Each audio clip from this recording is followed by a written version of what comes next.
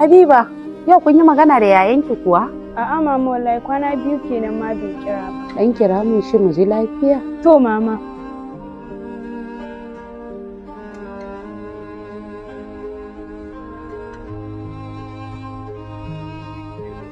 Yawwa mama gashi ya ɗauka. Assalamu alaikum Abba. Ina wuni mama? Lafiya kalau ya aiki. Lafiya kalau wallahi mama. Ya gida? Lafiya lau. Ina ka shiga kwana biyu? Wallahi mama kwana biyu na ɗan yi ayyuka ne sun yi min yawa shi yasa yanzu haka ma ina kan wani aikin. Bari idan na gama zan kira ki. Allah ya rufa asiri. Sai ka kira Allah ya muku albarka. Amin amin amin amin. Ba mu Habiba wayan. Aba Habiba. Hello yaya ina wuni? Lafiya kalau wallahi ya gidan. Ya kwana biyu. Lafiya kalau. Da Allah zuwa anjima zan dan tura miki sako sai ki ba mu mama. To shikenan mun gode. Sai anjima. Wani babana. Na yi shiga ne kwana da kwanaki. Ba ni samun shi a waya. Allah ya sa dai lafiya ne bari in ɗauko wayan ƙara gwada kiran shi.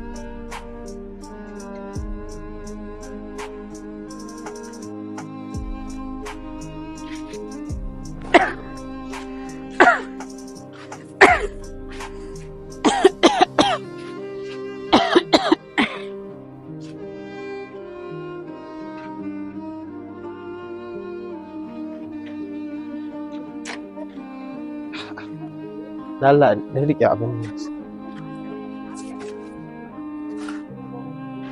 Hello Abba.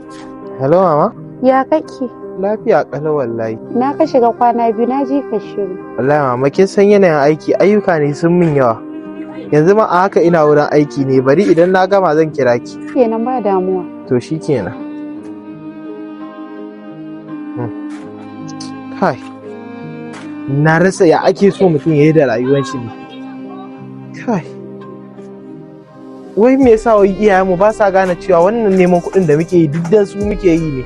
Kana wurin aiki a ta kiranka. Kana wurin aiki a ta kiranka. Kai. Ban san ma da wanne ma zan ji ba gashi aikin nan ma ko kai ma kafin a biya ka shi ma aiki ne su can yanzu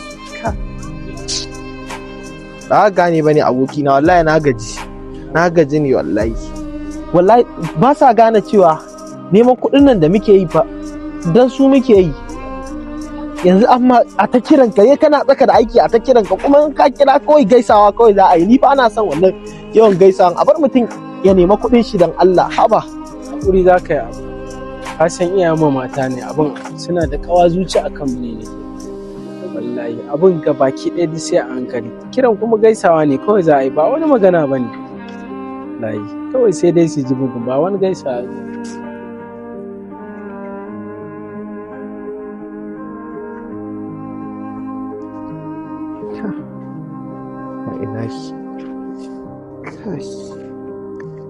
kuma ke kira na dan Allah. Hello Abba. Hello.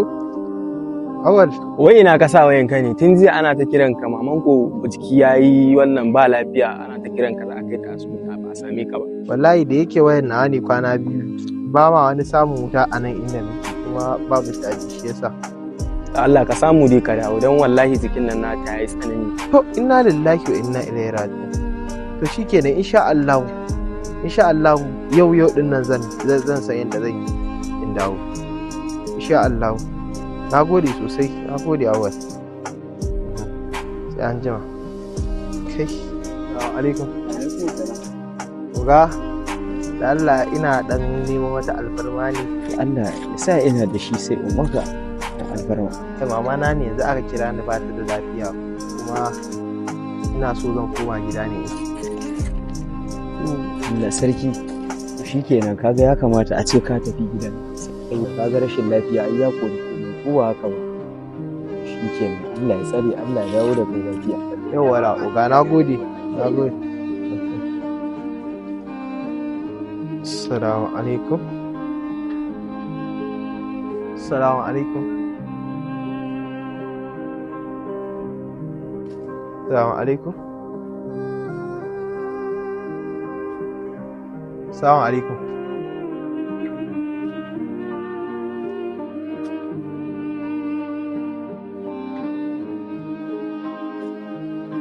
Habiba. Habiba.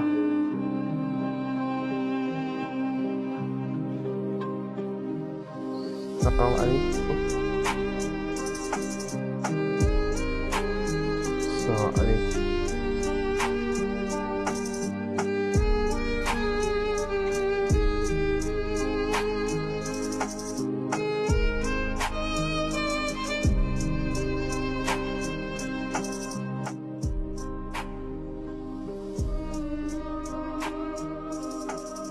Ɗana, ina fatan kana cikin ƙoshin lafiya. Wannan wasiya ce zan ban ma. Ina son ka sani cewa na yi kewar sannan a duk lokutan da nake kiran ka. Ban taɓa kiran ka don in takura ma. Ina kiran ka ne saboda na ji muryar kuma na tabbatar cewa kana lafiya. Dan Allah ɗana, ina son ka kula da ƙanwarka. Yake ta tankan ba ta taɓa rashin iyaye ba. Allah ya muku albarka. Inna lillahi wa inna ilaihi raji'un. Allah ya ji kanki mama. Allah ya ji kanki mama. Hakika sai yanzu ne na gane cewa na daɗe ina aikata kuskure. Iyayenmu ba wai iya kaɗai kuɗi ne ko wani biyan buƙatu na duniya suke buƙata daga gare mu ba. Sai yanzu ne na gane cewa jin cewar muna lafiya ma kaɗai yana wadatar da iyayenmu. Ya Allah, ka ji kan iyayenmu gabaki ɗaya, da ni da wanda duk suka rasa iyayensu. Allah ka gafarta musu.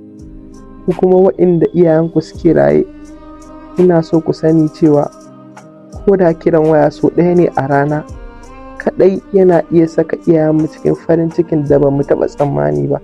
Don Allah mu kula da iyayenmu.